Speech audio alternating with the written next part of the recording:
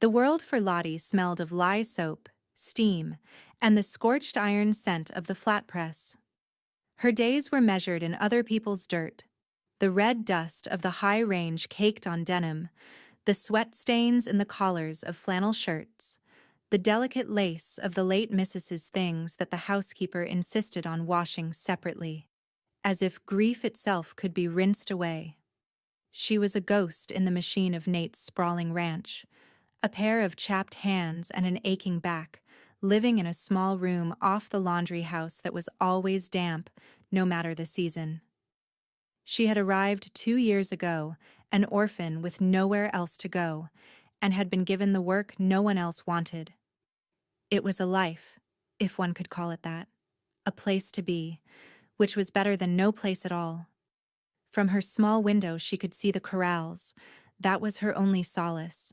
She would watch the sun rise over the jagged line of the eastern ridge, painting the sky in shades of bruised purple and soft peach, and see the horses moving in the growing light. They were magnificent creatures, full of power and spirit. She understood their language in a way she never understood the clipped, hard words of the men who rode them. She saw the flick of an ear that meant fear, the soft nicker that meant contentment, the stiffening of a tail that was a warning. She knew which ones were proud, which were timid, which were clever. And she saw how the men, for all their strength, often missed the point.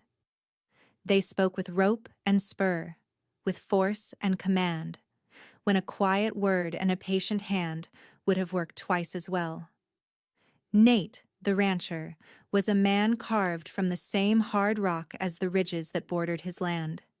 She saw him most days, a tall, broad-shouldered silhouette against the vast sky, his hat pulled low. He moved with a purpose that bordered on anger, his voice a low rumble that carried across the yard and made men jump to his orders. Lottie knew the stories the other hands whispered. She knew he had lost his wife, a fragile woman from the East, in childbirth 5 years ago. The child had not survived the night. They said something in Nate had died with them. He had buried them both on a hill overlooking the river, and then he had buried his heart right alongside them. He worked from before dawn until long after dusk, building his empire of cattle and land as if trying to erect a wall tall enough to keep out the memory. He never smiled. Lottie had never once seen him smile. He was powerful but hollow, a king in a lonely kingdom of dust and wind. Then came the wild one. He was a creature of myth, a stallion the color of midnight with a star on his forehead, who ran with the wild herds in the high country. Nate wanted him. He saw in the horse a reflection of the untamable spirit of the land itself, and he became obsessed with possessing it. For a month, his best men tried and failed to bring him in. The horse was too fast, too smart. He led them on chases that left their mounts lathered and broken, only to disappear into canyons they couldn't navigate. Finally, through a stroke of luck and a well-laid trap, they managed to drive him into the ranch's strongest corral. The victory was short-lived. The wild one was not a horse to be penned. He was a storm of black fury, crashing against the thick timber rails until they groaned, his eyes rolling white with terror and rage. No one could get near him. He kicked with the force of a cannonball and bit with the ferocity of a wolf. Jed, the ranch foreman, a man whose pride was as vast as the territory, made a show of trying to break him. He lasted less than a minute before the stallion threw him into the dust, leaving him with a broken arm and a shattered ego. Lottie watched from the laundry house door, her heart aching for the terrified animal. They didn't see his fear. They only saw his defiance. They saw a beast to be conquered, not a spirit to be soothed. One afternoon, after another failed attempt had left the men frustrated and angry, Nate himself strode into the yard. He was carrying a saddle, his jaw set in a line as hard as forged iron. He was going to break the horse himself or die trying. He moved with a grim determination, his presence alone silencing the yard. The stallion watched him, trembling, its sides heaving. Nate spoke to it, his voice low and commanding, but it was the wrong tone. It was the voice of a master, not a partner. As he drew closer, the horse reared, its hooves flashing in the sunlight, a scream of pure terror tearing from its throat. It struck out, catching Nate a glancing blow on the shoulder that sent him stumbling back against the rails. He didn't fall, but he was stunned, his arm hanging uselessly at his side. The silence in the yard was absolute, broken only by the stallion's panicked breathing. In that moment, Lottie moved. She didn't think. Her feet carried her out of the shadows of the laundry and toward the corral gate before she even realized she'd decided to. She slipped through the rails, ignoring the shocked gasps of the ranch hands. She had a bucket of cool water in her hand, meant for the linens, but she didn't even remember picking it up. All her focus was on the horse. She didn't look at Nate, who was now staring at her, his face a mask of disbelief and pain. She didn't approach the stallion directly. She walked to the water trough, her movements slow and deliberate, and poured the water in. The sound, a gentle splash and gurgle, cut through the tension. She didn't speak to the horse in words. She hummed. It was a low, tuneless sound from the back of her throat, a sound her own mother had used to calm her as a child. She kept her eyes down, her body relaxed. She was not a threat. She was just a woman, pouring water. The wild one stopped its frantic pacing. Its head came up, ears swiveling toward her. It watched her, its dark eyes wide. She hummed and slowly, so slowly, backed away toward the gate. She didn't look at it, didn't challenge it. She just offered a moment of peace in a world of violence. The horse took a hesitant step toward the trough, then another. It dipped its muzzle into the cool water and drank, long and deep. Lottie slipped back out of the corral as quietly as she had entered. The ranch hands stared at her as if she'd grown a second head. Nate was still leaning against the rails, his good hand pressed to his injured shoulder. His eyes followed her. He didn't say, "Thank you." He didn't acknowledge what she had done. He just watched her, a strange, unreadable expression on his face, as she picked up her forgotten laundry basket and retreated back into the world of steam and soap. But something had passed between them in that moment. A flicker of understanding in the midst of chaos. He had seen her. For the first time, the powerful, broken rancher had truly seen the ghost who lived in his laundry house. The next day, the wild one was gone. In the night, he had found a weak spot in the fencing and smashed his way through, returning to the freedom of the high ridges. The mood on the ranch was foul. Jed, his arm in a sling, was surlier than ever, and Nate was a thundercloud of silent fury. He rode his men hard, as if punishing them for the horse's escape. Lottie kept to her work, the memory of Nate's gaze on her a strange warmth in her chest. She had overstepped her bounds, and she expected a reprimand, a dismissal even. But none came. He didn't speak to her, didn't even look in her direction for a week. It was as if the incident had never happened. But Lottie knew it had, because sometimes, when she was hanging sheets on the line, she would feel his eyes on her from the porch of the main house. He would be standing there, a cup of coffee in his hand, looking out over his domain. But he wasn't looking at the cattle or the distant mountains. He was looking at her. And then he would turn and go inside, leaving her with a fluttering in her stomach that was both frightening and wonderful. A month passed. The story of the wild one became a legend told by the ranch hands, a tale of a horse no man could tame. They spoke of him with a mixture of frustration and awe. Lottie listened in silence, knowing they had it all wrong. It wasn't about taming. It was about trust. One sweltering afternoon, Lottie was mending a fence near the edge of the property, a small task the housekeeper had given her just to get her out of the hot laundry. She was alone, the ranch buildings shimmering in the heat behind her. And then she saw him.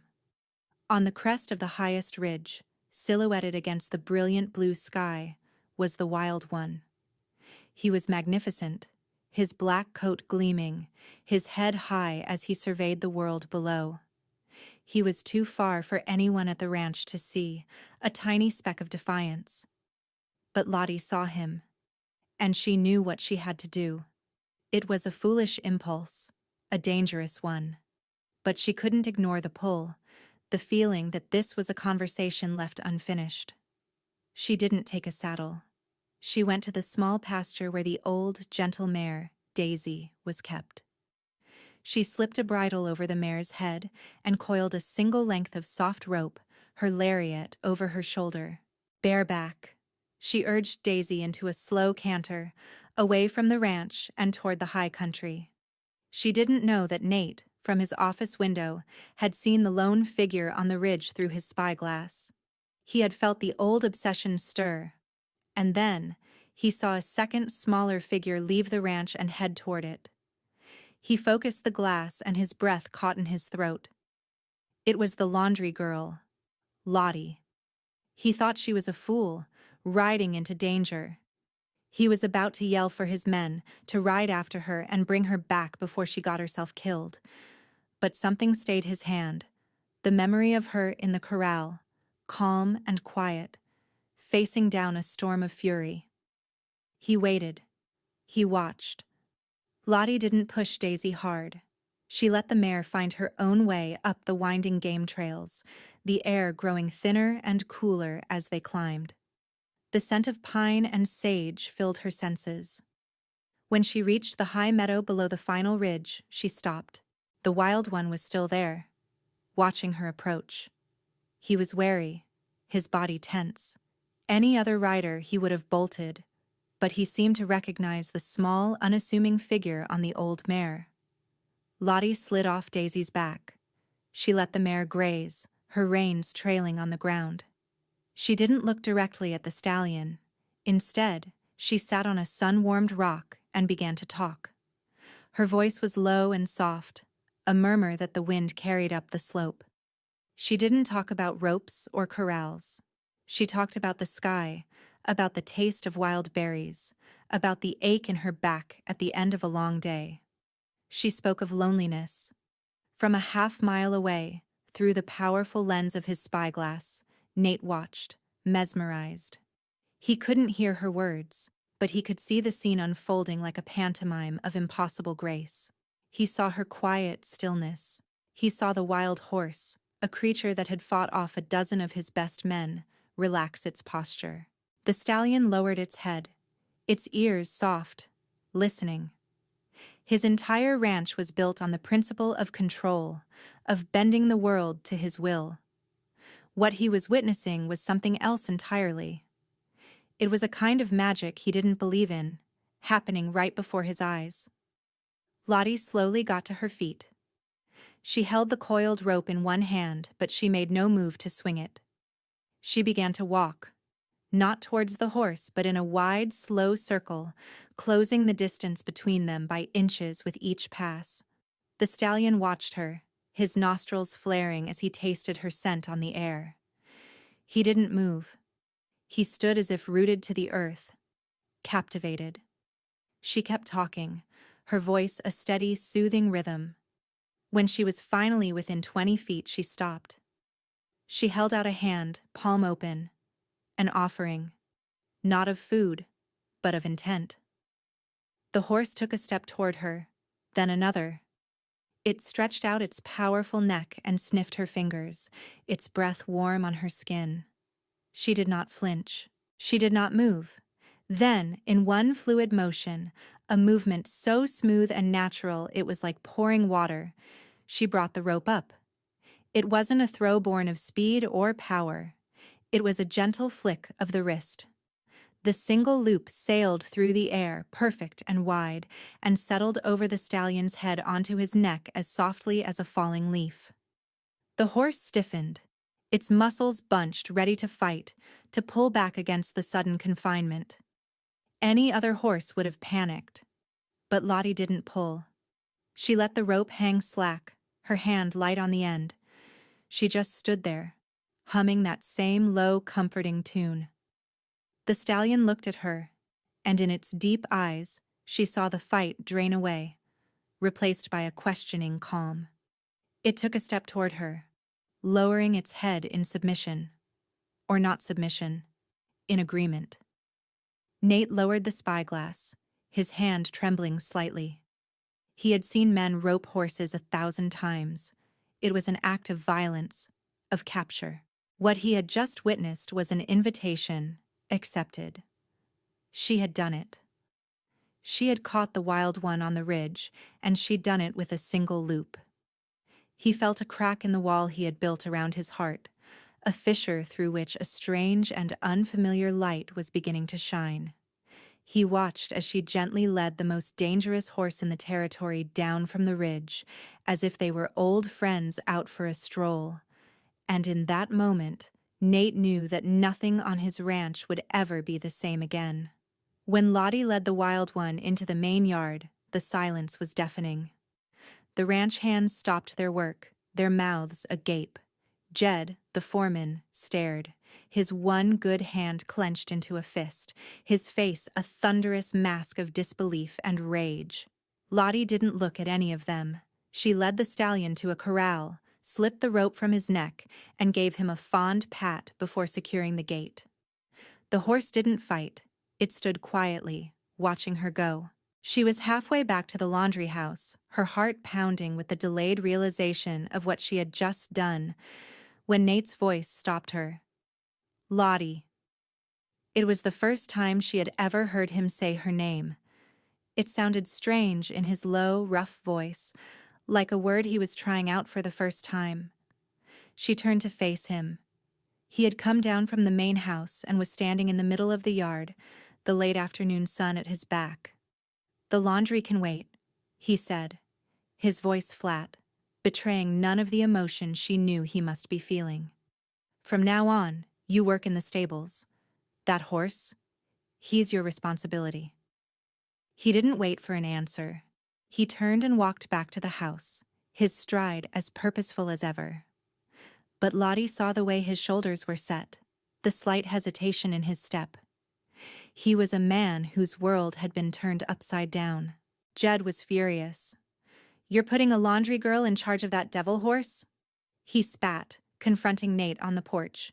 "She'll get herself killed, and you'll be out your prize."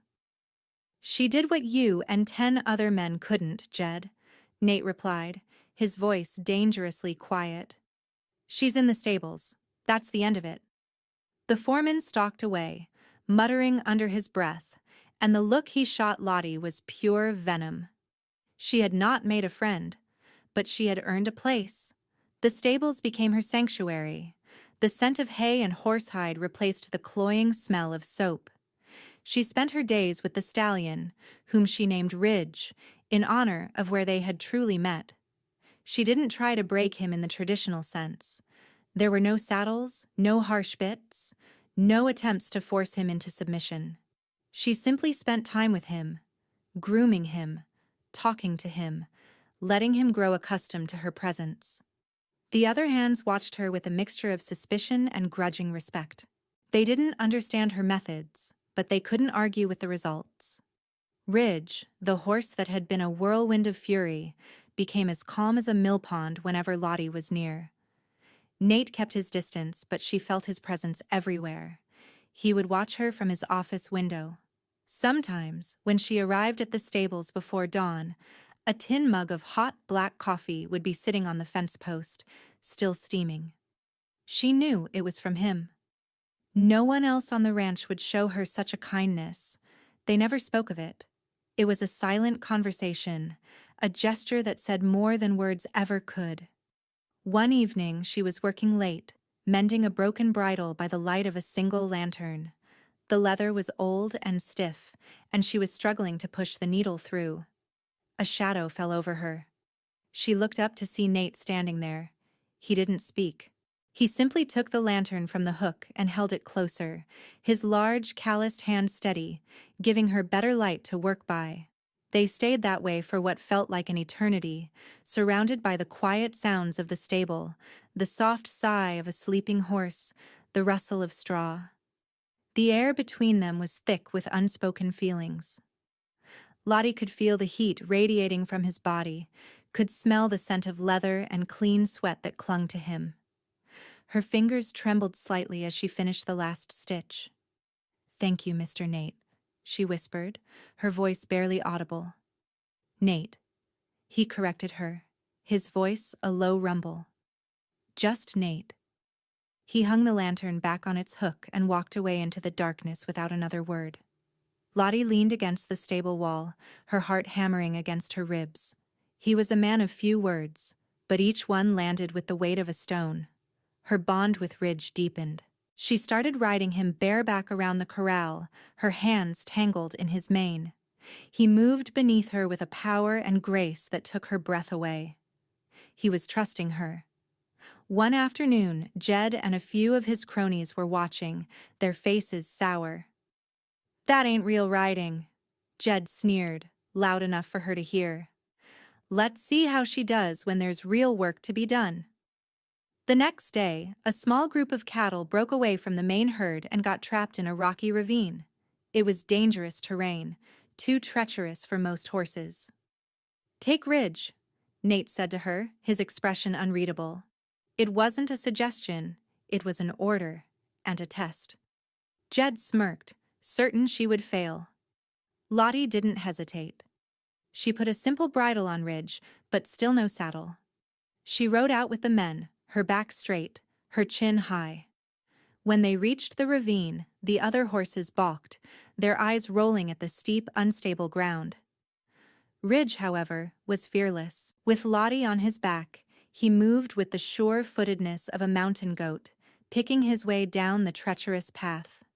He responded to the slightest pressure of her knees, the softest word of encouragement.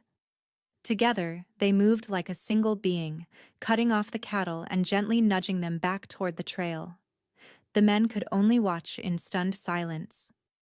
She did the work of 3 men in half the time, and she did it with a quiet grace that was more commanding than any shout. She had proven herself again, not with magic, but with skill and trust.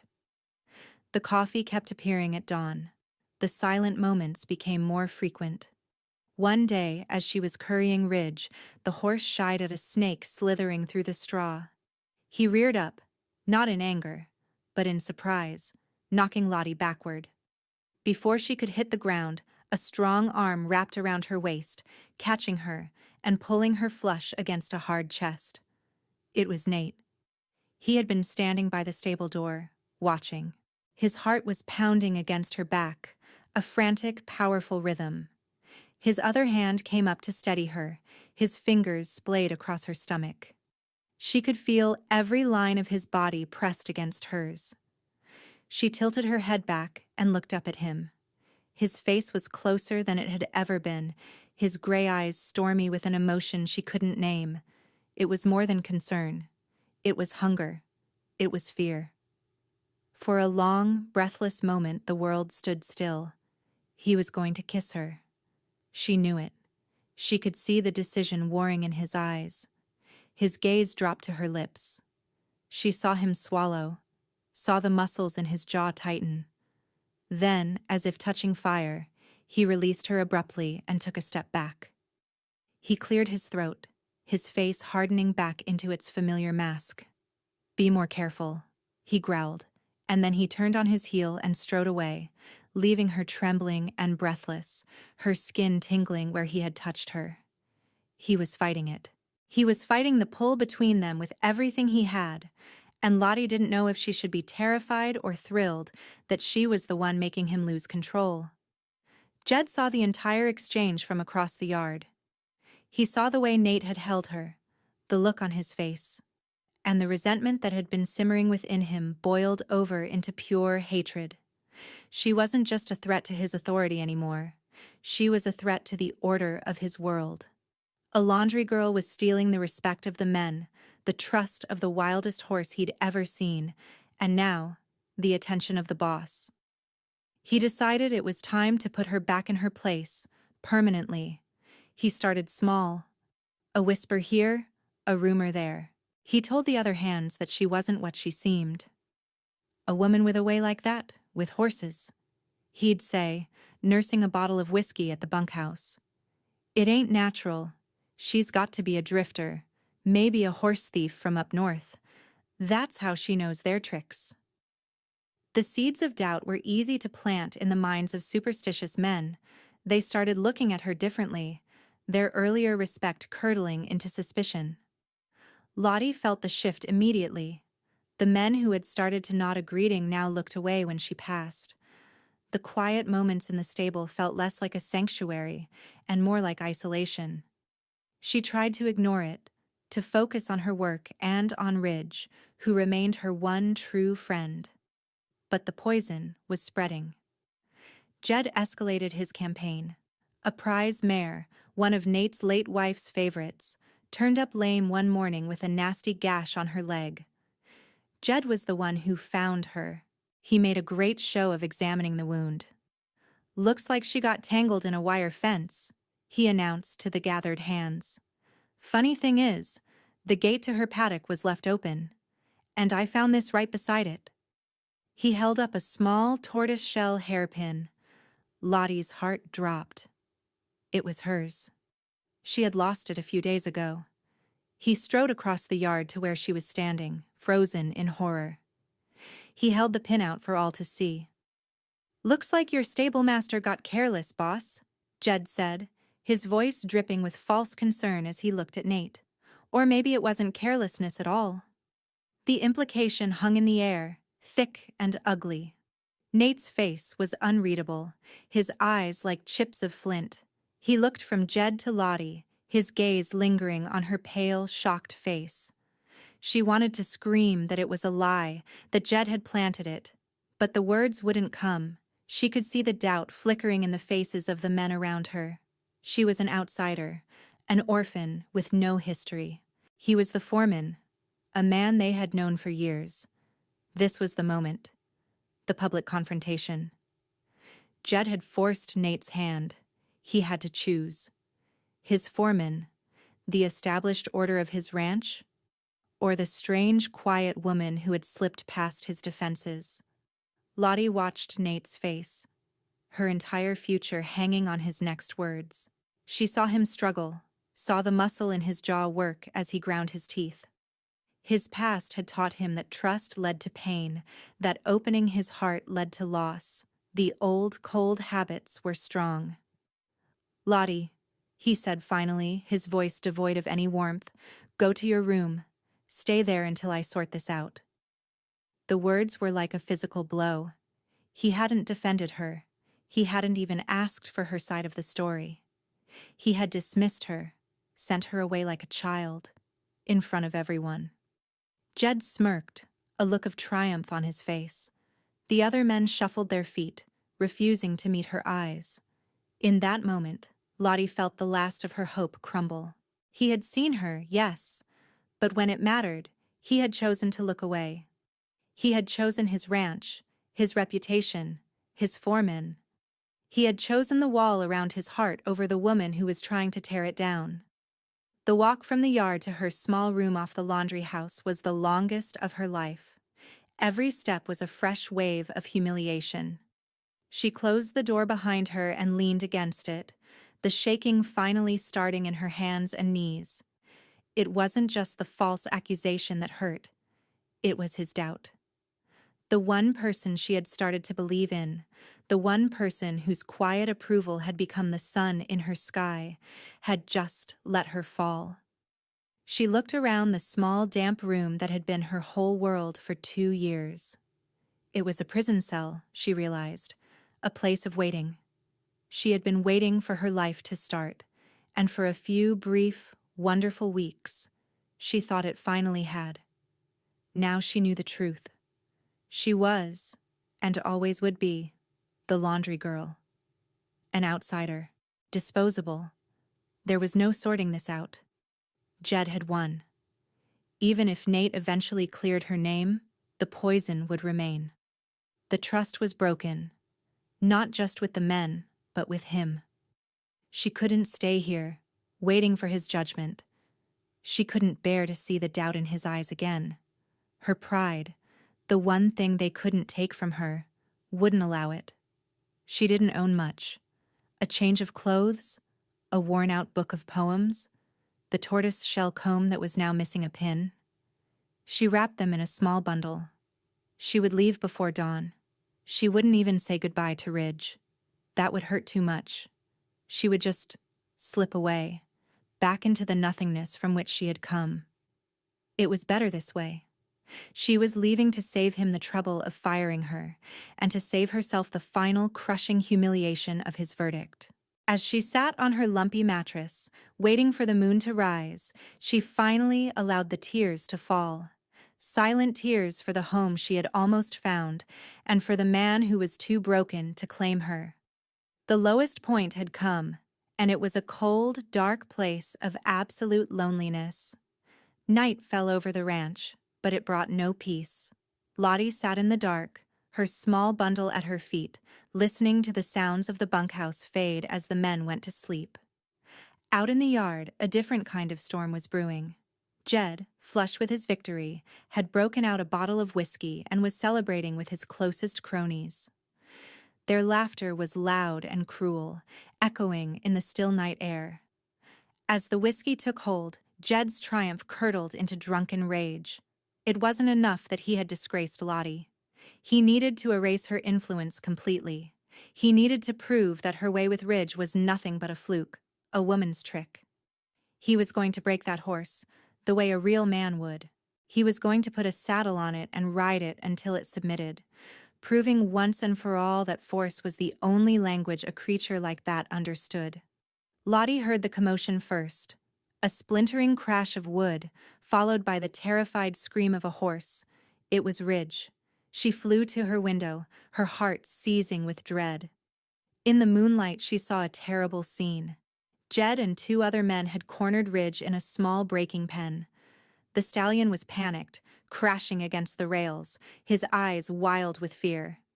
Jed, clumsy and drunk, was trying to throw a saddle on his back, shouting slurs at the terrified animal. "I'll show you who's master here, you black devil," Jed roared, swinging a coiled rope at the horse's head. Lottie didn't hesitate. Her own pain was forgotten, replaced by a fierce, protective instinct. She threw open her door and ran. She wasn't the timid laundry girl anymore. She was a woman defending the innocent. She burst into the yard, a small, determined figure against the chaotic backdrop. "Stop it!" she cried, her voice ringing with an authority no one had ever heard from her before. "You'll kill him!" Jed turned, his face flushed and ugly in the moonlight. "Get back to your room, girl, before you get hurt. This is men's work." He lunged at Ridge again, and the horse reared, its powerful hooves lashing out, narrowly missing his head. Lottie didn't scream or run for help. She walked steadily toward the pen, her eyes locked on Ridge. She ignored the drunken men. She started to hum, that low, familiar tune. "It's all right, Ridge," she murmured, her voice a thread of calm in the madness. "I'm here. It's all right." At the sound of her voice, the stallion's panic seemed to lessen. He stopped crashing against the fence and turned his head toward her, his breathing still ragged. She slipped through the rails, placing her body between the horse and the foreman. She never took her eyes off Ridge, reaching out a hand and stroking his trembling neck. "I said, get out of the way," Jed snarled, taking a drunken step toward her. "No." The word was quiet, but it was as solid as a rock. It was the bravest word she had ever spoken. At that exact moment, the door to the main house slammed open. Nate stood on the porch, a figure of cold, controlled fury. He had spent the night wrestling with his conscience, with the memory of Lottie's face, with the gut feeling that Jed's story was too neat, too perfect. He had been a fool to doubt her, a coward who had retreated into his old pain instead of standing for what he knew was right. The commotion had drawn him out, and now he saw the truth laid bare in the moonlight. Jed's drunken cruelty, and Lottie's quiet, unshakable courage. He strode across the yard, his steps heavy and deliberate. The other two men backed away, suddenly sobered by the look on his face. He walked right past Lottie and Ridge, his entire focus on the foreman. "Jed," Nate said, his voice a low, deadly growl. "You're done. Get your things. Be off my land by sunup." Jed sputtered, his drunken bravado evaporating. "But boss, the mayor. I know what she is." Nate cut him off, his voice like cracking ice. "She's the best horseman I've ever seen, and you're a coward who gets his courage from a bottle. Now get out." Nate didn't spare him another glance. He dismissed him completely. Jed stumbled away, defeated and humiliated, his reign of petty tyranny over. Nate then turned to Lottie. She was still standing with Ridge, her hand on his neck, the horse now calm and quiet beside her. The entire ranch was awake now, watching from doorways and windows. He walked over to her, stopping a few feet away. The air crackled. This was it. The public revelation. He looked at her, and for the first time he let the walls down completely. The pain, the regret, the admiration. It was all there in his eyes for everyone to see. "The foreman's job is open," he said, his voice rough with emotion. "It's yours if you want it." The offer was so much more than a job. It was an apology. It was a declaration. It was a choice, made in front of everyone who had doubted her. He was choosing her. He was choosing her quiet strength over Jed's loud brutality. He was choosing to trust, to believe, to feel again. He was rescuing her from disgrace. And in that same moment she had rescued him from the prison of his own making. Her courage had shown him the way. Lottie looked at the powerful man before her, his heart finally open, and she knew she wouldn't be leaving at dawn. She had found her place. "I accept," she said, her voice clear and strong. And as Ridge nudged her hand, a soft smile, the first genuine smile anyone had seen on her face, lit up her features. The broken rancher had found his missing piece, and the laundry girl had found her home. 6 months later, the ranch was a different place. The harsh edges had been softened, the constant tension replaced by a quiet, productive rhythm. Lottie ran the stables with a firm but gentle hand. The men, having seen her courage and undeniable skill, gave her their unwavering respect. Jed was a bad memory, a story told to new hands about the foolishness of pride. Ridge, the once unbreakable spirit, was now Lottie's constant companion, a testament to the power of trust over force. The changes in Nate were even more profound.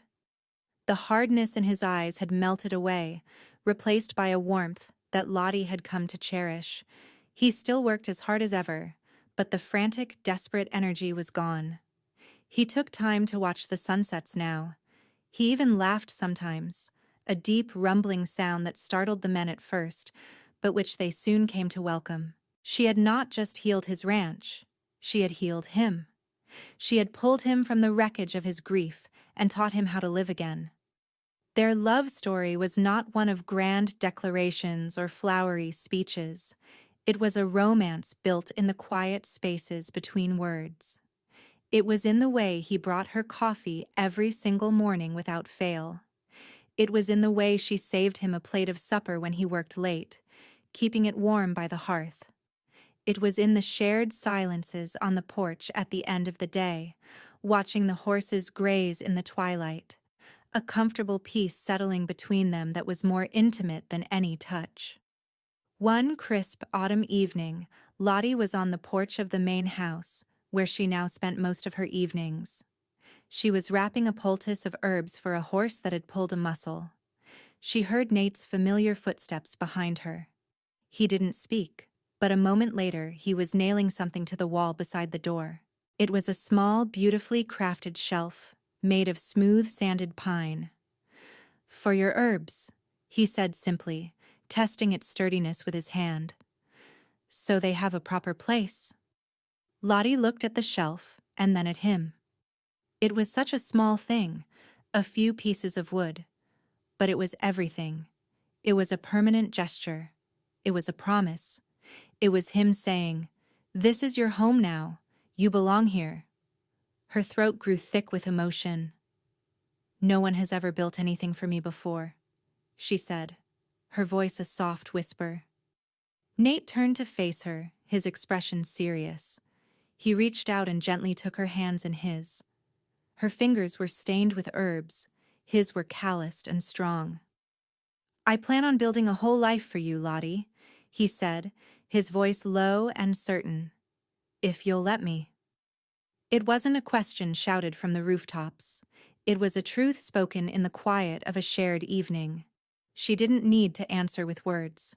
She simply leaned forward and pressed her lips to his. The kiss was not frantic or desperate. It was warm and sure, a culmination of months of unspoken longing. It tasted of coffee and dust and the promise of 1,000 sunsets to come. It was the feeling of finally, after a lifetime of wandering, coming home. He wrapped his arms around her, pulling her close, and she rested her head against his chest, listening to the steady, strong beat of his heart. They stood there for a long time, watching the stars begin to prick the deep velvet of the sky. The frontier was still wild, the land still hard. But here, on this porch, in the arms of this man, she had found her shelter. The rancher had found his peace, and the woman who spoke to horses had found her voice. They had rescued each other, and together they settled into the quiet, extraordinary rhythm of a love that had been earned, not just given.